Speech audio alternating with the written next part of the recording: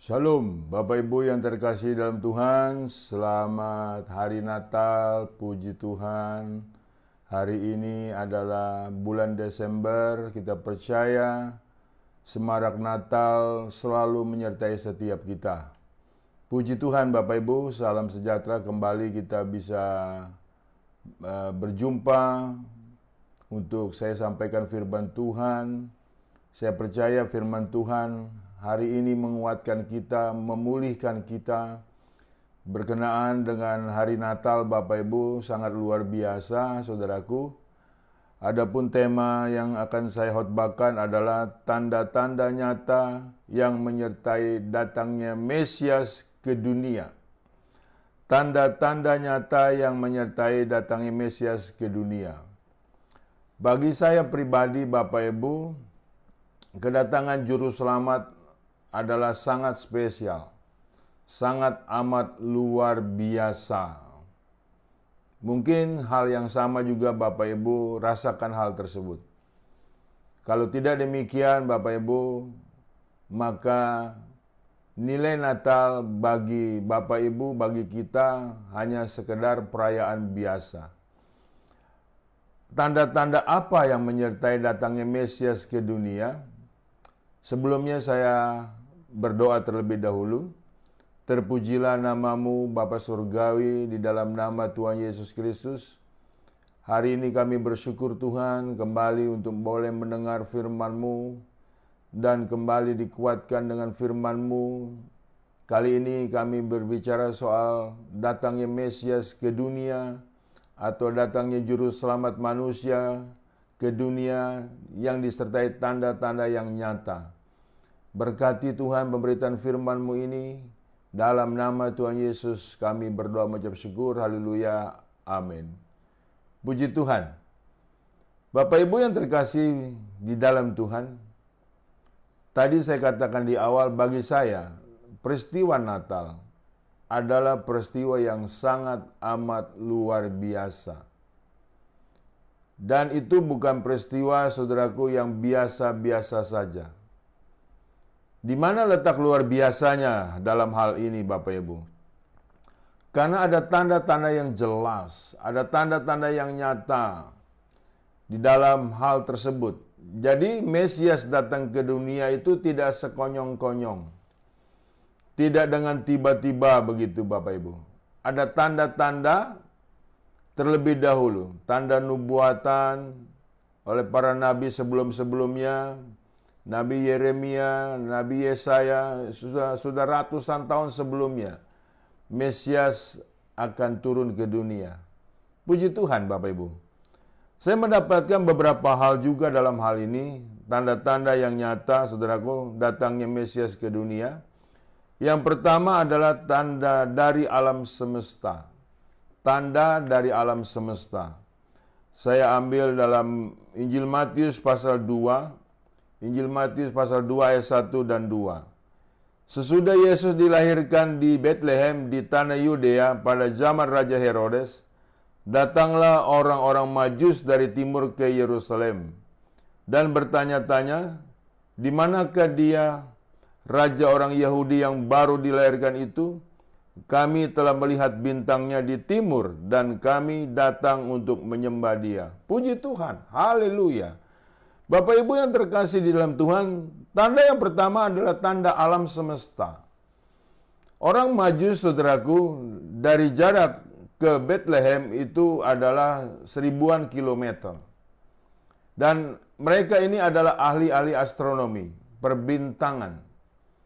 Dan mereka melihat ini sebuah bintang, Bapak Ibu, satu hal yang luar biasa. Dan di situ bintang itu menunjukkan bahwa tatkala dia menjumpai bintang itu dan bintang itu berhentinya di mana dan kondisinya mereka harus menyembah yang pribadi atas petunjuk tersebut. Satu nilai yang luar biasa. Saudara, ini bukan peristiwa yang biasa.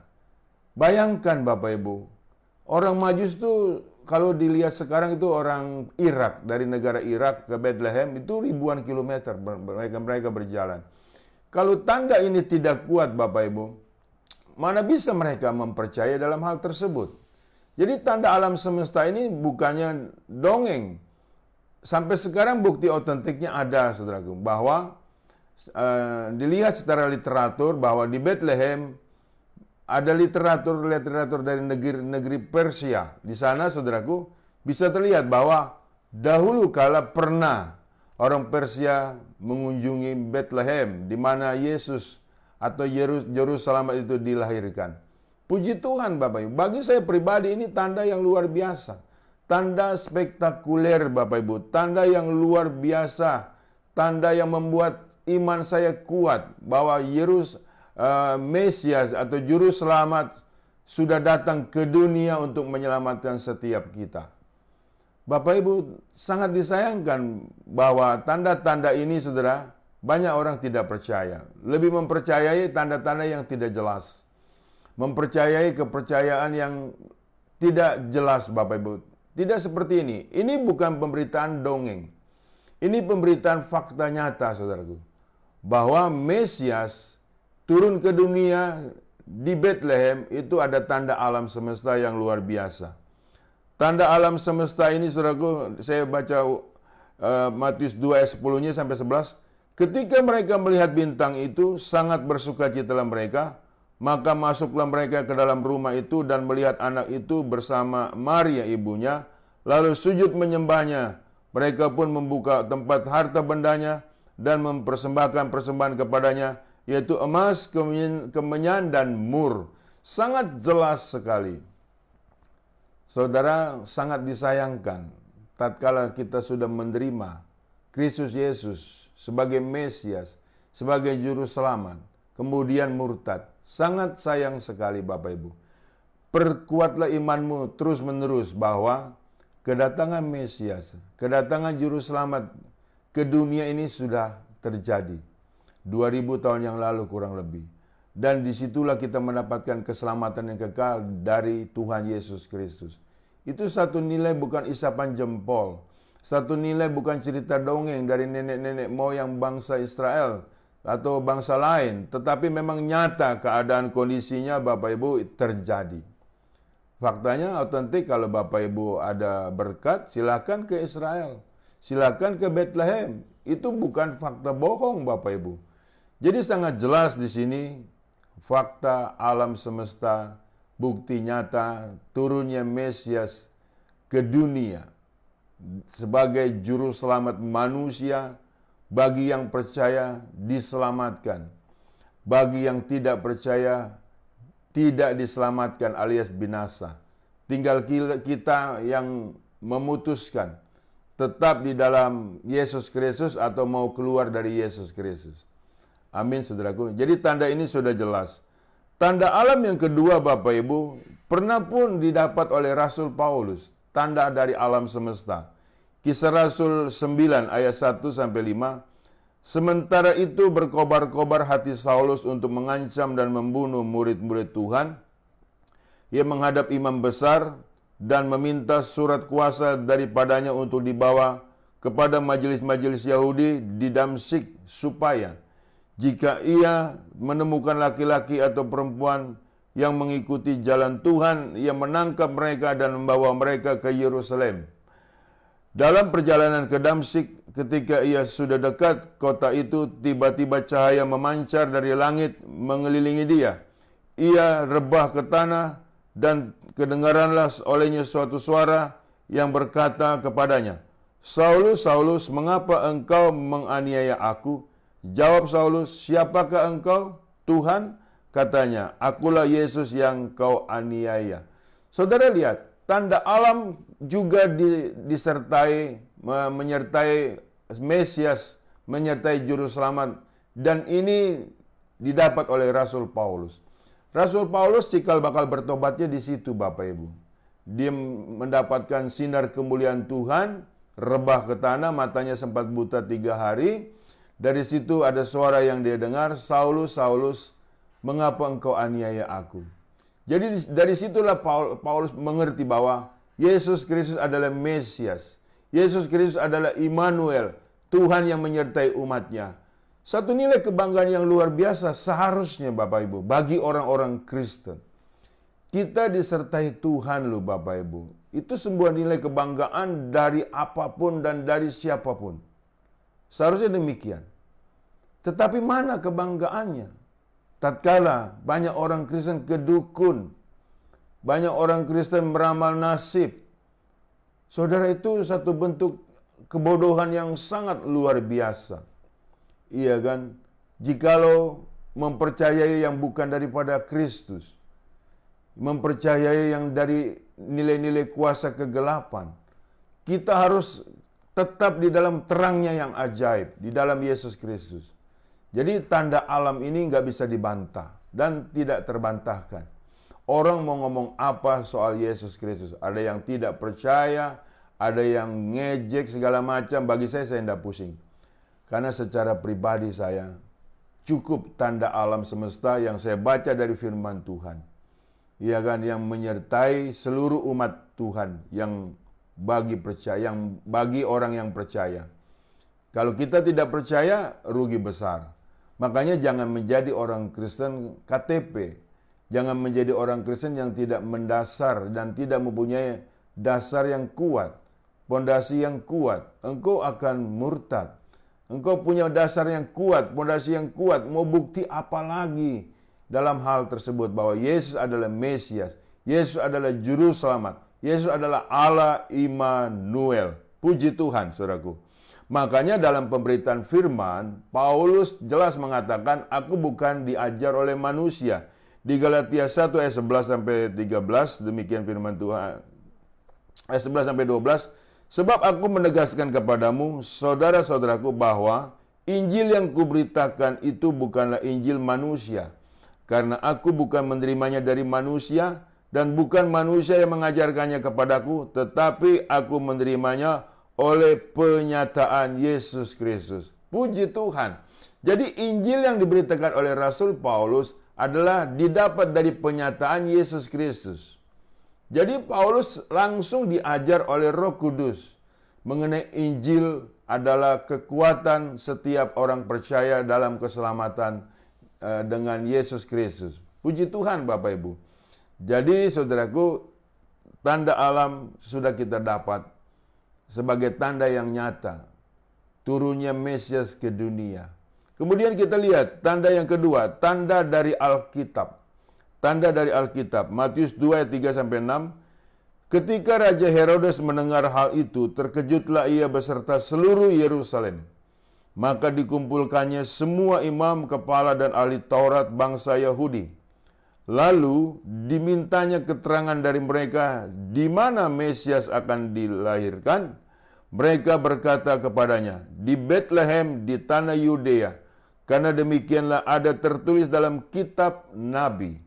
Dan engkau Bethlehem tanah Yudea, engkau sekali-kali bukanlah yang terkecil di antara mereka yang memerintah Yehuda, karena daripadamulah akan bangkit seorang pemimpin yang akan mengembalakan umatku Israel. Tanda yang kedua adalah tanda dari Alkitab.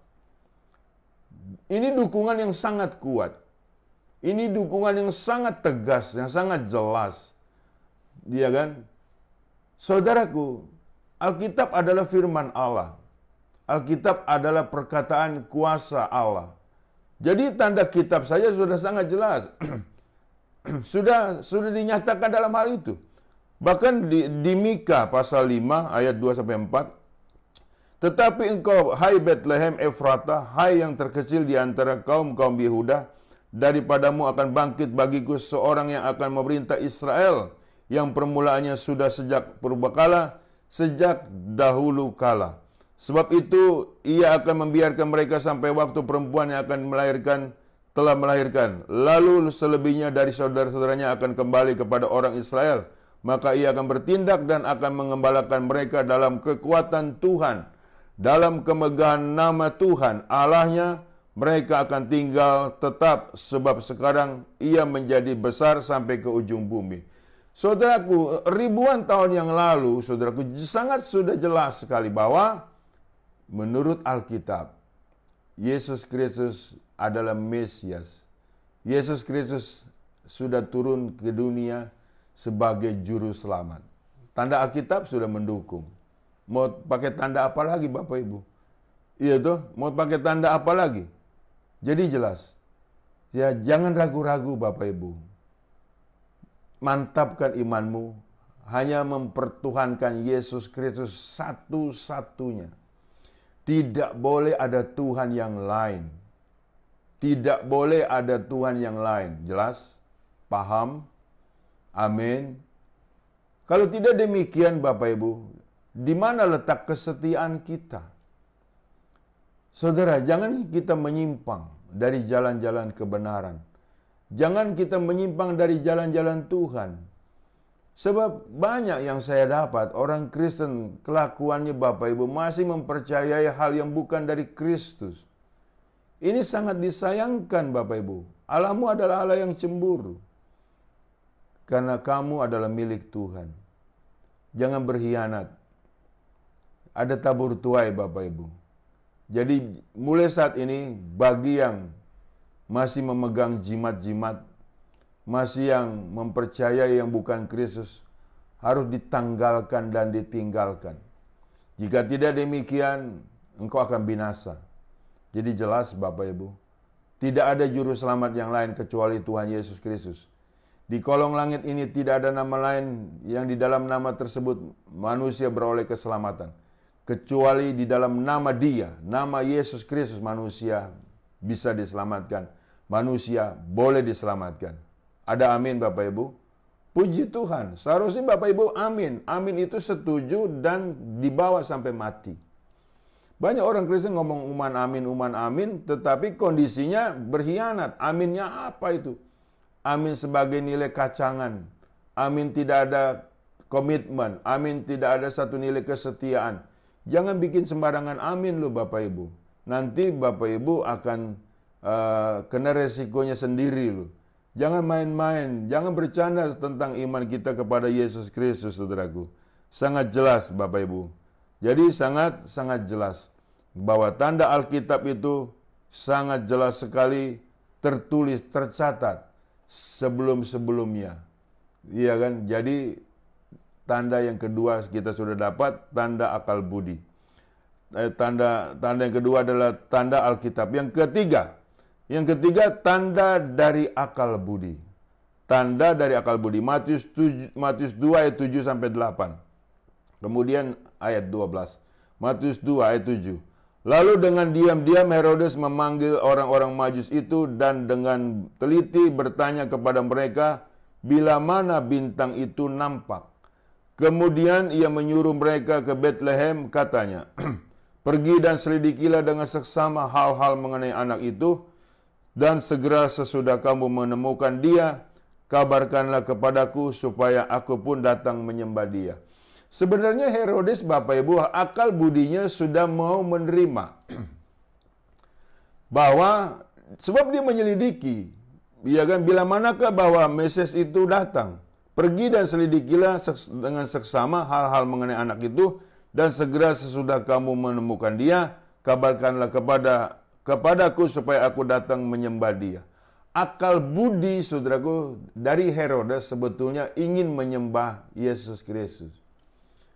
Karena dia mengutus orang untuk mengkondisikan betulkah Mesias itu lahir di Betlehem. Secara Taurat sudah dijelas dikatakan, sebab secara kitab sudah dikatakan, akal budinya sekarang bermain.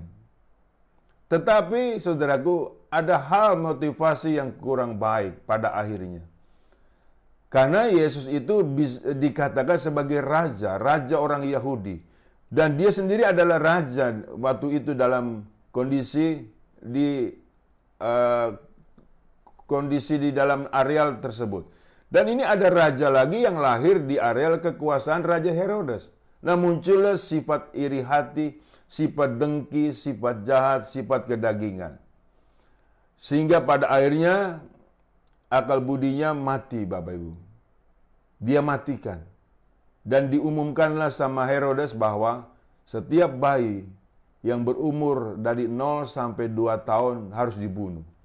Karena itu merupakan saingan Herodes Bapak Ibu. Saudaraku, saya bisa mengartikan lain seperti setiap kita, kepada setiap kita. Banyak orang Kristen yang mematikan firman Tuhan di dalam akal budinya. Hanya demi hawa nafsu, hanya demi iri hati. Dimatikan itu akal budinya yang mengkondisikannya seharusnya hidupnya di dalam terang Tuhan, tetapi kembali kepada kegelapan yang paling gelap.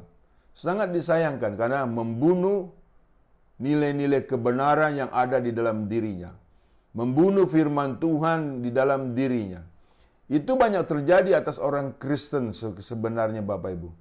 Kalau ada orang Kristen yang kedukun, itu buktinya Bapak Ibu. Akal budinya seharusnya berbicara kondisinya tidak demikian. Ada Kristus, ada Roh Kudus, ada hikmat Tuhan, ada rema yang mengkondisikan kita tetap berjalan dalam kekuatan Tuhan apapun yang terjadi. Karena kita sudah terpelihara, keselamatan sudah kita dapat, pemeliharaan Tuhan sudah nyata dan ada. Tetapi apa mau dikata Bapak Ibu? Saya berharap di hari Natal ini bagi orang-orang yang tidak setia kembali, mumpung masih ada waktu. Akal budimu harus dipertajam, harus mempunyai kepekaan. Akal budimu, hati nuranimu itu harus dikembalikan kepada hati nurani yang murni. Sesungguhnya Tuhanmu itu adalah sudah Tuhan yang mengasihi engkau, yang menyayangi engkau, yang sangat amat peduli sama engkau. Jangan sampai mendukakan hati Tuhan, saudara. Jangan padamkan roh yang di dalam hatimu. Akal budimu harus hidup. Akal budimu harus bangkit. Bahwa kondisi nilai-nilai hidupmu hanya terjamin di dalam Tuhan Yesus Kristus. Saya baca lagi mengenai akal budi yang di Yohanes pasal 11 ayat 2-6. Di dalam penjara Yohanes mendengar tentang pekerjaan Kristus, lalu menyuruh murid-muridnya bertanya kepadanya, "Engkaukah yang akan datang? Atau haruslah kami menantikan orang lain?" Yesus menjawab mereka, "Pergilah dan katakan kepada Yohanes apa yang kamu dengar dan kamu lihat. Orang buta melihat, orang lumpuh berjalan, orang kusta menjadi tahir, orang tuli mendengar, orang mati dibangkitkan, dan kepada orang miskin diberitakan kabar baik. Dan berbahagialah orang yang tidak menjadi kecewa menolak aku."